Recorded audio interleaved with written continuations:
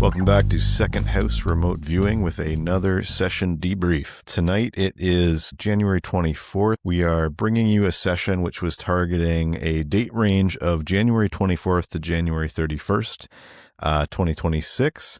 And our target for this session was the most impactful global news during that time period, which might affect, markets or geopolitics. So I think Elisa is going to go first with her session. So for this session, I felt this really strong downward sense of energy moving, and it felt associated with land, earth, and that there would be something regarding a division of land and multiple men of power, and that these multiple men of power would meet regarding this division of land, and it would affect multiple economies, and there'd be a lot of mistrust. I saw a fist being raised in the air, and there'd be a breakdown of a group of allies and a reformation, an unlikely formation of a new group of allies. And just saying that kind of gives me chills, this new group of allies. So this would form a ripple effect, and we're going to look at what this looks like, and it's going to affect 4 new areas.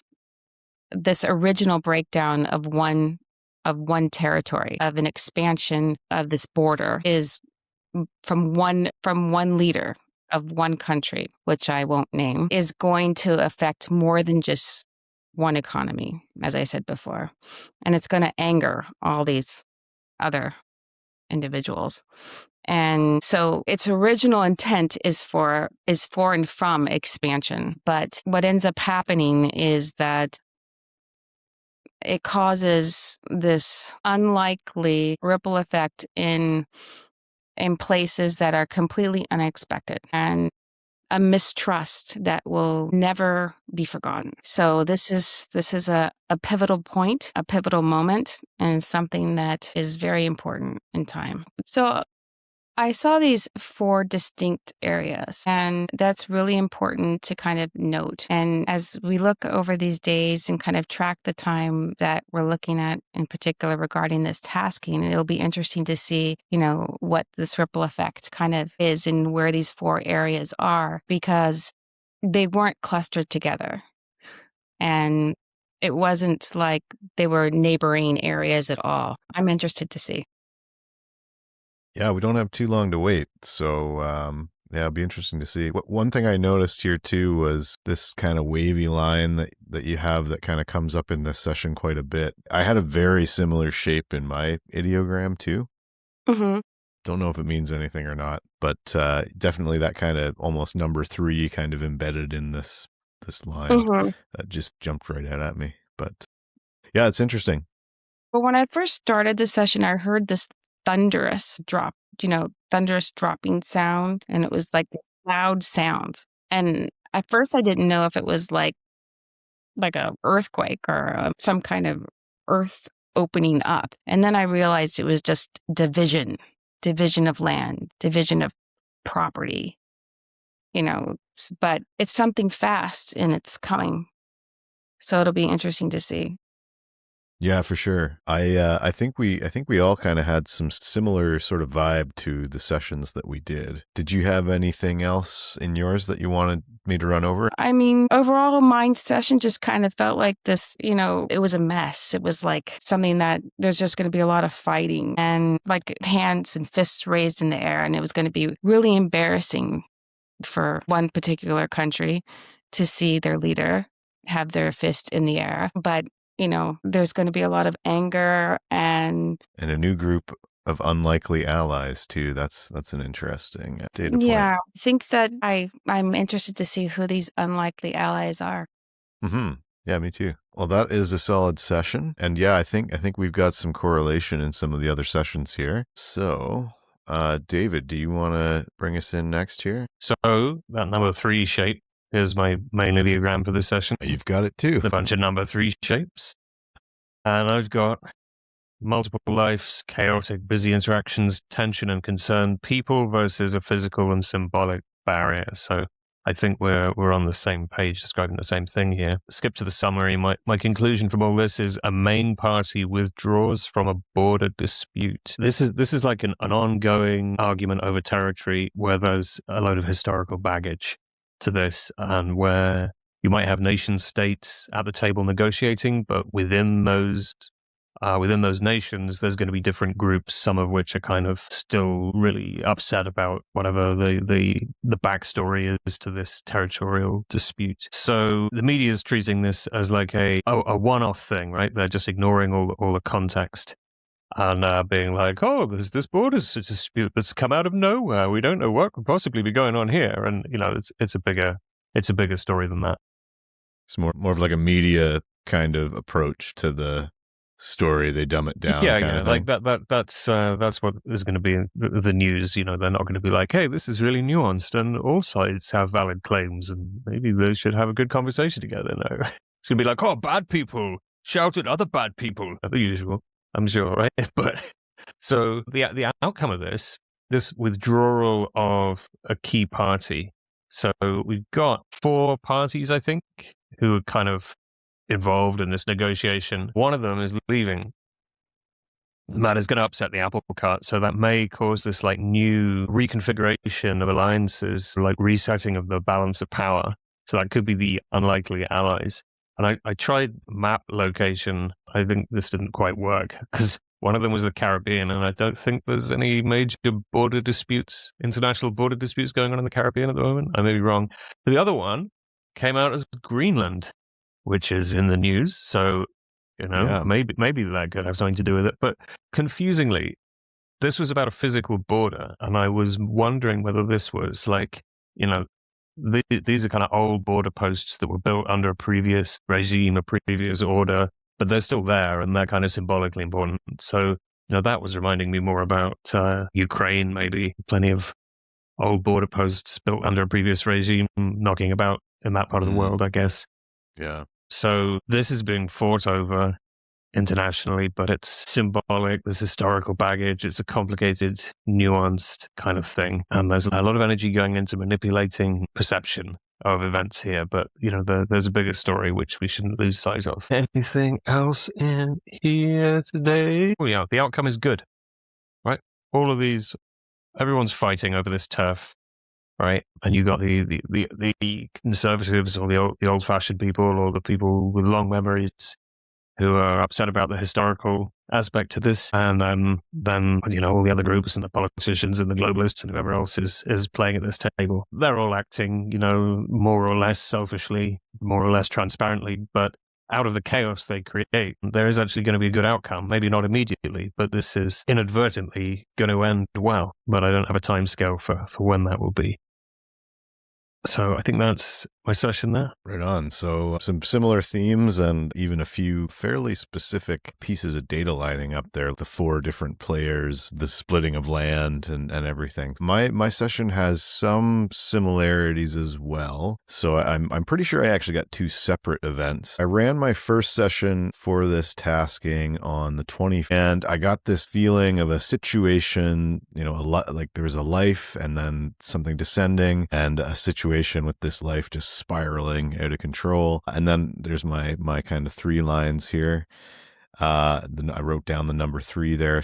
That kind of stood out to me for whatever reason. And even though the tasking was kind of financially associated, this decline, this descending situation didn't feel like it was stocks or anything. It felt like more race to the bottom, a situation just kind of getting really bad, a bumpy ride, just a feeling of descending, falling and flailing. And kind of smoke and nasty smells and stuff and sounds of vehicles or kind of a beeping machine, like a medical kind of beeping like you might hear at a hospital or something. So I checked sort of emotionally what was going on with this event. It also kind of felt like a cycle ending and this kind of ethereal presence of Donald Trump being involved. but it felt very apprehensive, like as far as my feelings on it. And the feeling at the target was that like action must be taken. So it felt like there was kind of something crazy going on here. On the second page, I tried to do a sketch of it and then sort of deconstruct that a bit. Again, this kind of downward spiraling motion. This loop here kind of is facing down with a sharp thing. This is like a scythe coming for this little guy here. So I wrote death as the kind of feeling of the result of this downward spiral.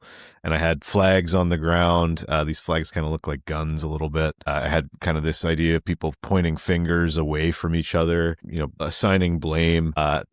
Again, and then this hourglass kind of shape, which, you might recognize from the Epstein files, which, maybe loosely tied to this in some way, as perhaps I have a feeling that this event that I'm describing is maybe something that's distracting from that. But sort of the gist of it was, it felt like somebody dies and there's a cover up, it felt like distractions and fake news and all that.